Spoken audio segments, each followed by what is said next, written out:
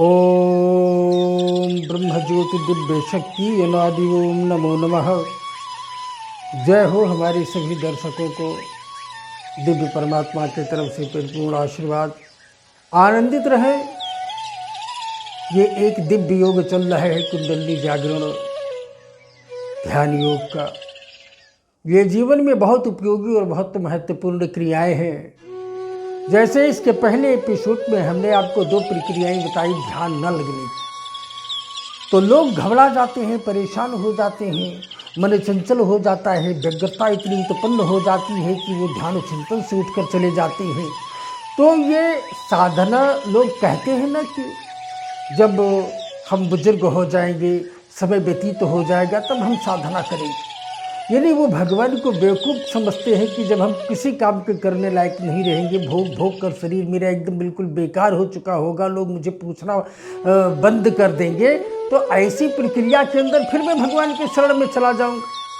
अरे परमात्मा कहता है कि ये दिव्य साधना है वीरों की, कायर इसको क्या जाने। ये दिव्य साधना है वीरों की, कायर इसको क्या जाने। जो सत्य के पथ पर चला नहीं, वो कैसे इसको पहचाने। अंधकार में जब हो जीवन, वह प्रकाश पुंज कैसे माने। और वीरेंद्र अगर बलिदानी हो, तो समर में आओ सरताने। साधक कहता है, जिसने अनुभव किया है अपने जीवन में, प्रैक्टिकल किया है इसका, जिसने अनुसंधान किया है इसका, जिसने इसको महसूस किया है, वो कहता है ये दिव्य साधना वीरों के लिए होती है, कायरों के लिए नहीं होती। और कायर इसको कर ही नहीं सकता है, और वीर कभी पीछे नहीं हटता है। इसलिए ये जो क्रिया है, ये क्रिया योग है, इनमें आने के लिए भी अपने आप को तैयार करना पड़ता है। क्योंकि साधकों की दृष्टि में योग क्या है, द्वैत और अद्वैत में ये पूरा संसार उलझा हुआ है। कोई कहता है मैं द्वैत का उपासक हूँ, कोई कहता है एको ब्रह्म द्वितीय नास्ति, कोई कहता है हम ब्रह्मास्मि। ये दोनों अपने अपने स्थान पर उचित हैं, लेकिन अनुभवी साधक लिखता है कि द्वैत शब्द में योग निहित है, अद्वैत उसी का फल होगा। हम द्वैत जिसे कहते हैं, द्वैत शब्द में योग, योग शब्द को द्वैत के साथ निहित कर दिया गया, यानी जोड़ बन गया, वो जीव और ब्रह्म का मिलन हो गया। द्वैत शब्द में योग निहित है, अद्वैत इसी का फल होगा। घर्षण सतत चलेगा निश्चित, यही धार अविरल होगा।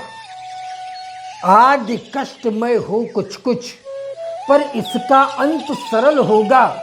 और वीरेंद्र पूर्ण ब्रह्म का दर्शन आज नहीं तो बोलो कल होगा।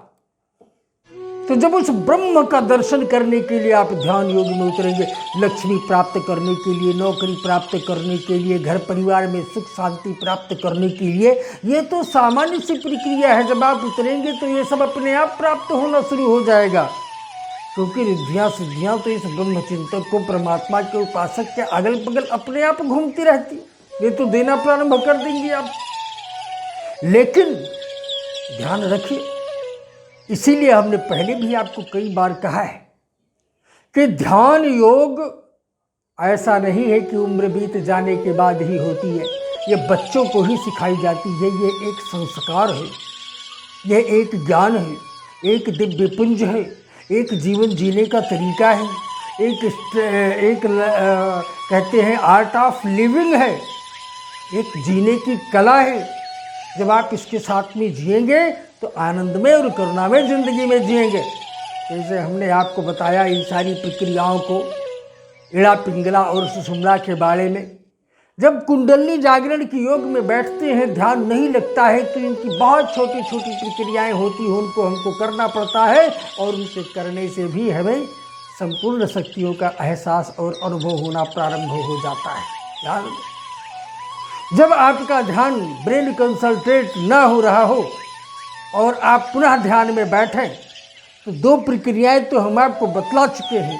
और तीसरी प्रक्रिया, यदि आप साथ में चाहते हैं कि कुंडली जागरण भी हमारा हो, कुंडली का उत्थान हमारा हो, वो ऊर्ध्वगामी होकर चलना प्रारंभ करें, तो पंचांगुली मुद्रा का प्रयोग करें। पंचांगुली मुद्रा का प्रयोग करने का तात्पर्य, अपने दोनों अंगूठों से कानों को दबाएं, आँखों को और नाकों को और मुंह को बंद कर लें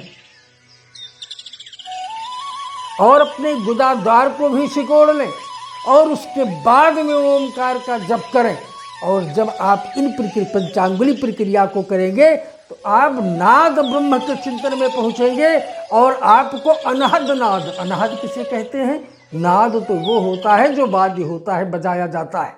यानी जब हम किसी चीज को किसी चीज से स्पर्श करते हैं वो नाद होता है, लेकिन जो आवाज स्वतः ही उत्पन्न होती है वो ब्रह्मनाद होती है, वो ओंकार का गुज ब्रह्मनाद होता है।